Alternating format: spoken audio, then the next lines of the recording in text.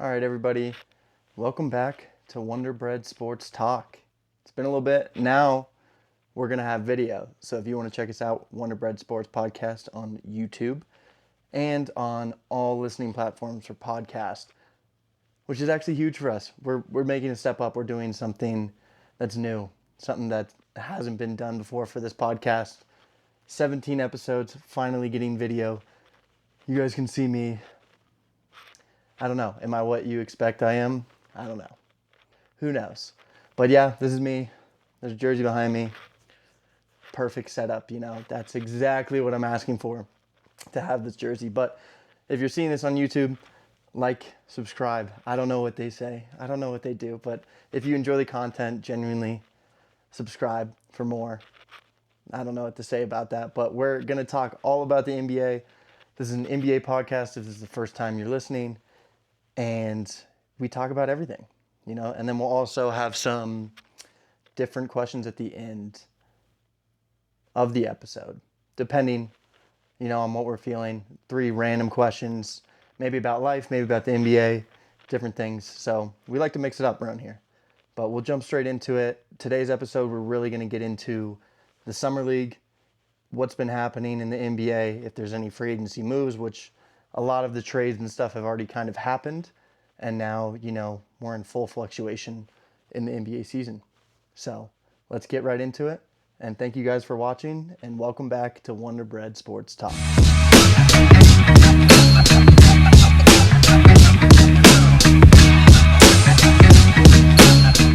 All right, let's get right into it. We're going to talk about our first topic of the day, Summer League, what's actually happening, the biggest winners we're seeing right now.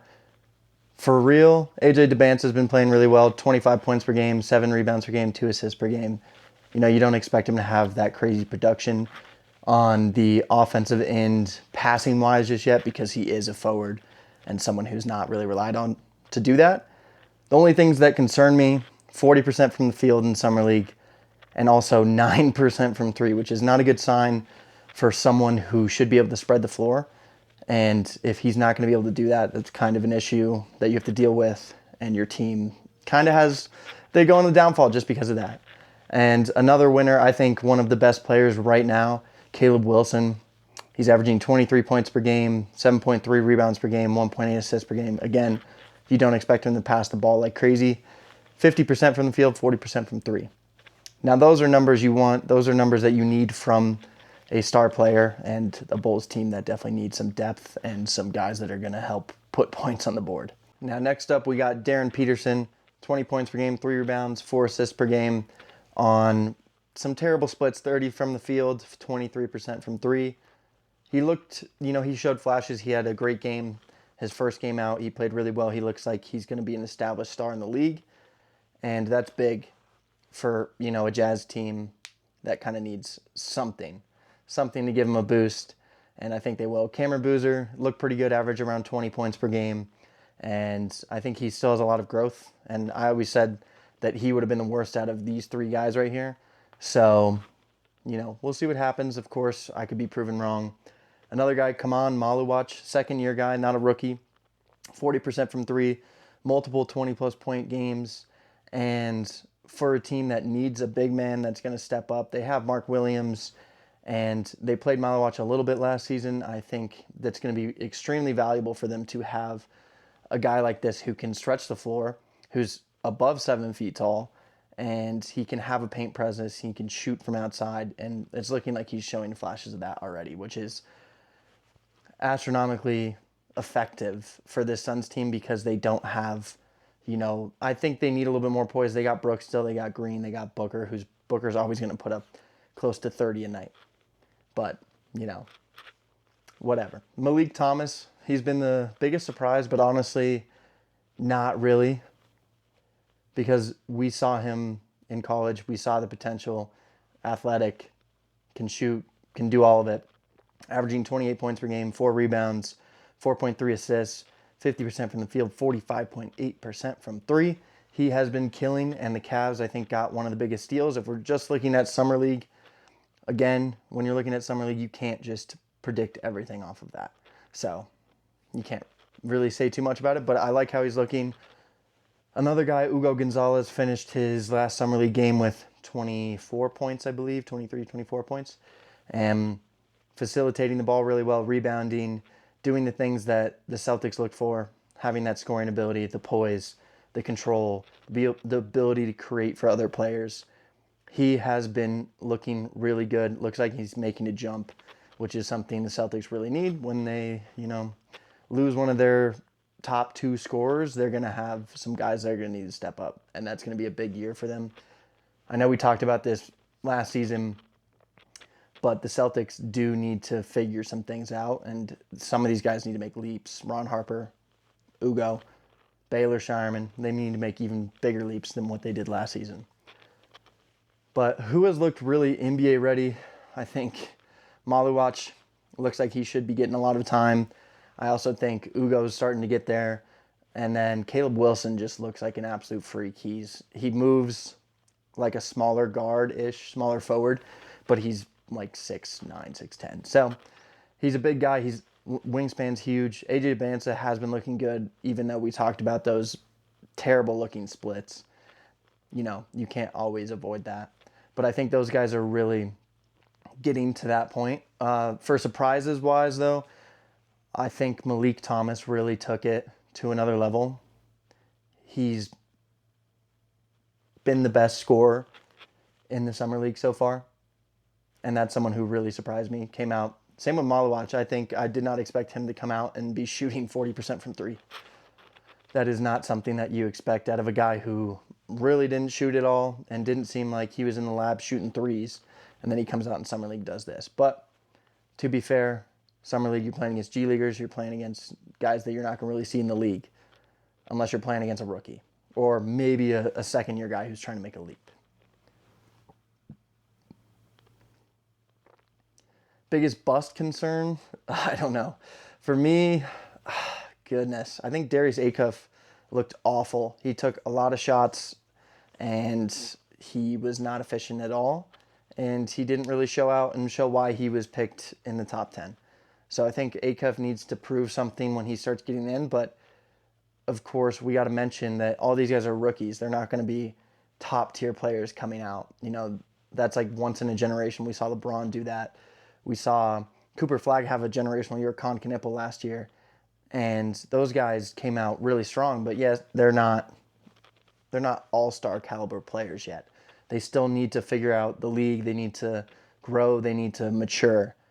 And that's a lot of what they're looking for. So, But one player I'm buying stock in right now would be Malik Thomas. I think that's a huge upside for him. And if the Cavs can give him some chances.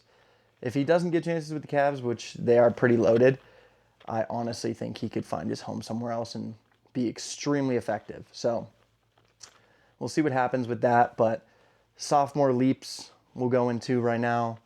Cooper Flagg, Dylan Harper, Ace Bailey, VJ Edgecombe, Con Knipple, Yakachonis. We got all these guys that are poised to make leaps. Cooper Flagg, I think, is going to make the biggest leap. I think he has the chance to be an all-star. Dylan Harper as well, I think, depending on how much they play him and if they utilize him correctly. Dylan Harper is a great player. He's going to be an impact player no matter what, because we saw him in the finals being one of the more reliable guys on that Spurs team, which is crazy to me that he's 20, can't even drink yet legally, and he's doing all of that. So I think he's going to make one of the bigger leaps. Cooper Flagg, of course, averaged around 20-ish a game last season, so he's poised to, make a big return as well. And VJ definitely he looked great last season. He had flashes where he was iffy and then flashes where he was insane and was taking over games.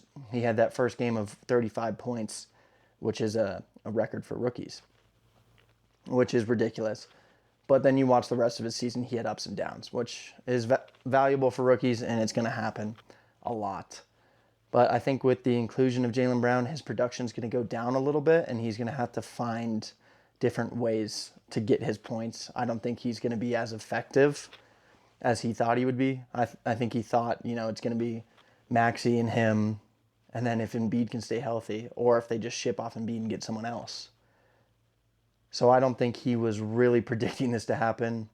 Khan, I think, is going to continue to look like a younger Klay Thompson, someone who takes a lot of shots, really good player, and we'll see what happens. But I think he's going to be a good player next season. I think he'll average a lot of threes, and, I don't know if the Hornets are going to be that good. They just lost LaMelo, but they have a chance. Early award predictions next. Honestly, MVP, with Brown gone now, I know, I've said before, I'm a Celtics fan. It's true, I know there's a Suns jersey in the back, but I'm not a Suns fan. I think it's going to be Jason Tatum because if you look at the records, if you look at what we were looking at this offseason when Brown got traded, Tatum has a 76-9 record when he has above a 33% usage rate. For reference, Luka has around a 36% usage rate. Tatum is going to be, if he's at a 33% usage rate, which they're planning on not adding another star, he's going to be at that. 76-9 when he has a higher or 33% or higher usage rate, which is ridiculous. There's no way he doesn't, at least in the MVP conversations, because before his injury, he was always top 5 or top 6 in MVP voting. He was first team All-NBA for 3 years in a row. I don't think people expect him to, have a downfall, and now he's even more knowledgeable about the game. He knows how to make his teammates better. His passing ability is insane for a forward. I think that he's going to be a way too early prediction for me for MVP. I know I'm a Celtics fan, so you might see it as bias, but I think I'm taking it a next level. Like the Jaylen Brown being MVP thing is more biased than anything. This is more stats and numbers and the situation that he's in and more analytical, which I think a lot of you would agree on that point. DPOY, I think Wemby's running it back. If he can stay healthy and play 65 games, he's going to win DPOY again. He's just too impactful on that side of the ball. I know I've hated on some of his defense sometimes just because he gets blown by, and sometimes he makes up for it because, his length is ridiculous. Rookie of the year, I'm going to put my money on Caleb Wilson over AJ Debanta. AJ has all these guys on his team that are going to put up a lot of numbers. You got Trae Young, you got Anthony Davis, and you got Trae Johnson going into his second year, or second or third year. And then you have a couple other guys that are coming, Bub Carrington. You have a bunch of guys that are going to get more shots, and he might not play a bunch and might not get a bunch of touches, at least less than what Caleb Wilson's going to get with the Bulls, just because of that team kind of needs someone to be a star, and they don't have that yet. They might have like Matas if he can, make a step up, but we will see what happens. MIP, most improved player. I think there's an ability for a couple guys to get this award, and it's hard to tell. Like the first week of the season, I feel like you can definitely tell who's going to do what. We're not watching them. It's not preseason yet. It's just Summer League. So most of those guys aren't going to be MIP, but I think if we're basing it off Summer League, we could put Kamal Maluach in there just because of his ability to shoot that 3 ball. If he can average, a decent amount and complement Devin Booker and Jalen Green, that team's going to be pretty good. And he might be in conversations for MIP, which I like. I like to see him in that conversation for most improved player. Other than that, honestly, if Pritchard makes the jump that the Celtics are wanting and going to 26 to 28 points per game, like Jalen Brunson, then of course he's going to be in that conversation, but we'll see what happens. 6-man, that's also a harder one to debate on right now, but I do think we're going to have some conversations about that leading up, especially in preseason 6-man, who's coming off the bench, who's going to be the fire starter. Keldon Johnson, of course, will probably be in the mix again, and you'll see what happens. There's always some guy that comes off the bench, and the MIP trophy doesn't seem to just stick with one guy, or not the MIP, 6-man. I mean, doesn't really seem to stick with one guy. Like we had Lou Will, who kind of started the 6-man of the year award, and winning it and be one of those guys that's always going to win the 6-man of the year award. But it's a lot different nowadays. There's a lot more that goes into it, and there's a lot more guys that can be that fire starter off the bench. And it's hard to just like maintain that, because if you're that good, sometimes you just get thrown into the starting rotation.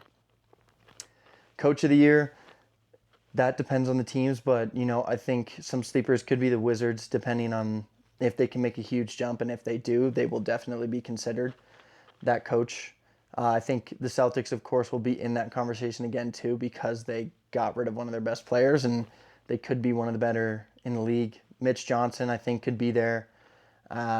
It's always the sleeper teams too, like the ones that flip from year to year. Pistons could be there because they're going to be good. OKC probably in the conversation because they're probably going to be good again with their flopping coming back. And then, we'll revisit this when the season starts, but those are kind of my looks at Coach Dagnall. You got Mitch Johnson. You got Joe Mazzulla. Those are three guys that are probably going to be in the conversation again, just because of how good of coaches they are and the fact that they're going to keep improving and their team's going to keep it. All right, on to the next segment. Segment 4, biggest questions heading into training camp. Honestly, I think one of the biggest we're looking at right now is, can Miami capitalize after adding Giannis? Which I have been saying since they got Giannis, they're probably going to be on the border of the play-in. They're going to be a play-in team. Sadly, that team, pairing Bam and Giannis, two great players, but two guys who can't stretch the floor. You lost Norman Powell. Norman Powell's gone. You're not bringing him back. You lost a shooter. You lost the shooter on your team, Tyler Hero. You have Andrew Wiggins, who will probably help extend the floor a little bit, but your team's kind of in shambles right now, and you need to figure it out. So I think those are going to be one of the biggest watches, is seeing how Miami can actually capitalize on getting a great player in Giannis. So is Philly really ready to win it all? They just got Jaylen Brown. They got Maxey. They got VJ. Joel Embiid, if he can stay healthy, he's going to be a huge impact player. And we're going to find out pretty quick if they're going to be good or not. I think they're going to be kind of middle of the pack in the Eastern Conference, just because they have a couple guys that take up a lot of usage rate, and they don't know how to play together just yet. Jaylen Brown, Maxey, they're coming from different teams, coming from different backgrounds. Jaylen Brown was just the guy, and he probably wants to be the guy again. So we'll see what happens. We'll see if he can take a role behind Maxey, because that's how the Sixers have operated, or if they can kind of be a tandem 1A, 1B, which I think those conversations are going to come in again. Who's better? They're going to try to tear it down. That's what they did in Boston. Speaking of Boston, how does Boston look post Jaylen Brown? So initially, the return, only getting Paul George and 2 picks. Clippers pick is probably valuable. It doesn't look ideal for what we're looking at for the Celtics, but then you start diving into the numbers. You start diving into Jaylen Brown not being an analytically positive player on the floor, and you see the record without Jaylen Brown. You see Peyton Pritchard's numbers without Jaylen Brown, but you also have to take into account Peyton Pritchard's getting a lot more touches. It might be against a team that's not as good because Jaylen Brown's sitting, or he's hurt, or something's happening. So I know it's kind of skewed in that way, but I think the Tatum stats are what stands out the most. We talked about 76-9 with a 33% or above usage rate. And if we talk about it more, his numbers go up a lot exponentially without Jaylen Brown on the floor. But that is because he is carrying a bigger load. And you can't always expect a guy to carry that all season long. You're going to need Paul George to stay healthy. You're going to need Pritchard to play at a high level. You're going to need the young guys, Ugo, Ron, Baylor, Jordan Walsh, all step up. You're going to need some big guys that come in. You got Mitchell Robinson now, so that's a big jump. You still got Garza. You have Neemias Queta, and you have all these guys that are going to contribute to winning. But I think it's like last year, we thought it was an off year. I think it depends until you see them. Once you see them play, then you'll really realize, okay, they're going to be good or they're going to be bad. And a lot of the times, the first 5 or so games won't even determine anything. You won't understand if the team's going to be good yet, because they can bounce back and have a great rest of the season, but they're still just figuring things out. So, is Minnesota a true contender? Yikes. I think so. LaMelo puts up numbers. passes the ball extremely well. Ant is going to be Ant. He's going to average 26 plus probably. And having someone who can facilitate as well as LaMelo can, I think it makes them a true contender. Losing Nas kind of sucks. They still have Rudy Gobert, but he can't stretch the floor. I think they will be contender, but I don't think they're going to be a number one seed. I just don't see that unless LaMelo can really stay healthy all season long. Same with Ant. And the key for them is to be healthy in the playoffs. I think that's the key for any team in the playoffs. If you're going to make a run, you have to stay healthy. And that's one of the biggest ones for them. Because LaMelo's had issues, ankle issues. I haven't seen him wear ankle braces yet. I think he needs to get on that wave. But what can you do? I can't tell LaMelo just throw on some ankle braces. Someone's got to get into his head. And you got two guys that are extremely immature, I would say. They haven't really fully matured yet, even though, they do have kids and stuff. They're still not really media trained. They're very outgoing, outlandish guys. They don't care what they say. So it's going to be fun to watch. I think it's going to be a great time watching Minnesota next season, and I think they will be contending and probably give OKC and the Spurs some problems if they can bolster their lineup a little bit more. And we're going to end it off today with segment 6, and then we have our questions at the end. Which rookie will average the most points? I think we're going to see Caleb Wilson do that. That is my biggest takeaway from this summer league. I think he can put up numbers, and the Bulls will be a prime spot for him to do so. I also think Darren Peterson will be a close second. Biggest breakout team, I think, I wouldn't say breakout, I'd say bounce back. The Pacers, with Halliburton coming back, I think that team's going to be scarier again because they're going to be back to playing the ball that they've been playing. They got Zubats. I know they didn't get the pick because it fell out of the top 3, which sucks for them. I think that's stupid. And I think they're still going to be a bounce back team this year. Biggest regression, I think we could see OKC take a little bit of a regression this year. I don't know if they still have the same team, but I think people kind of realized how good the team is in the playoffs and playing against San Antonio. The weaknesses, the holes, all those things. I don't think they'll have the biggest regression, but I think they're definitely going to regress a little bit. Sixers there's not going to be a team that really has a crazy regression, at least from what I'm seeing. The Suns might have a jump. There's not going to be, I think one of the surprise playoff teams is probably going to be the Suns again. We kind of don't expect them to be in that position. And then we also have to talk about LeBron, where LeBron's going. A surprise playoff team is probably wherever LeBron goes. The Warriors have Steph, and it seems like that's one of the places he wants to go.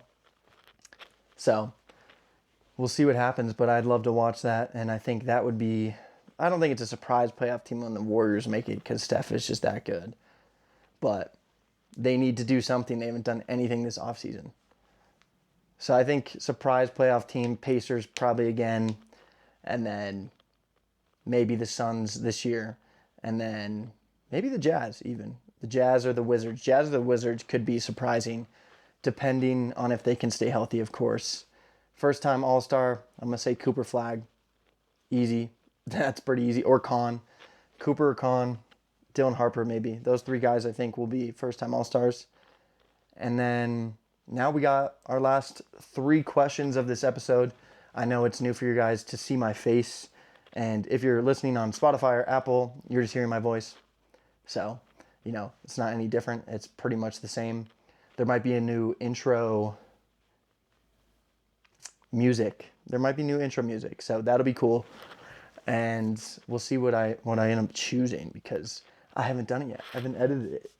But for people on YouTube, you're seeing my face. I don't even know if anyone's going to see it. Going to try to throw some stuff on the Instagram if you're not already following. It's Wonderbread Sports on Instagram. You can find me and hopefully give me a follow. But, last 3 questions. Let's get into it. Which Summer League player has impressed the most so far? Honestly, I would say Caleb Wilson. I know we talked about that earlier, but he's just been extremely impressive. Who's making the biggest leap this season?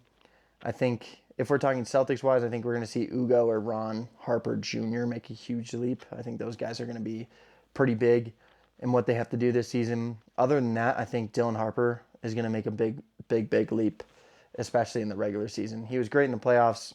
sustained some good offense and defense in the regular season, but he still had a lot to learn.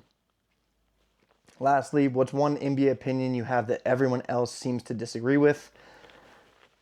Oh, God. Honestly, I wouldn't say everyone else disagrees with, but some people. It's always the GOAT conversation. We always come back to that. That's one of them. I feel like that's not too deep, though. I gotta give a better one. What's NBA opinion you have that everyone else seems to disagree with? I wouldn't say disagree either for this one, but I do not like the new CBA where teams can't sustain their star talent, even if they draft and trade and do all the right things that the NBA wants you to do.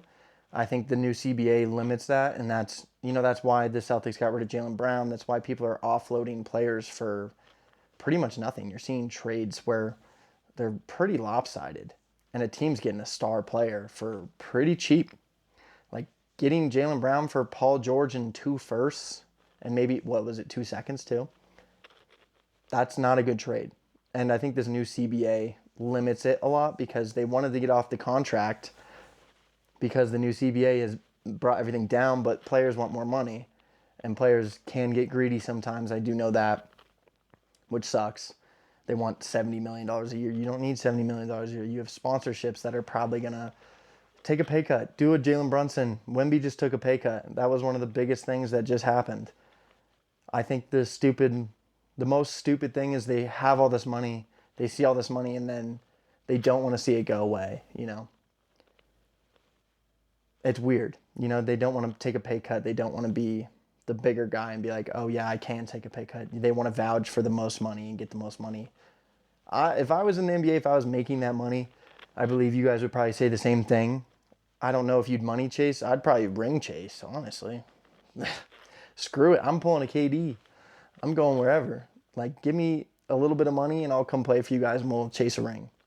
If I was that good. But too bad I'm, just a 5'11" white dude. Doesn't really help me. And my NBA dreams were crushed pretty early on. So that is how that goes. But I do think that is one of the at least hottest topics right now. It's just how much they're getting paid, and the new CBA has limited that. And if you don't know what a CBA is, it's a collective bargaining agreement. The players union and like front office pretty much agree on something. So CJ McCollum's the president, Jaylen Brown's the vice president. So they signed off on it, so they knew. But sometimes you think that was a bad idea because it limits their money. So I don't know why they would do that. It does make things more fair. There's not really super teams anymore. You can't do that.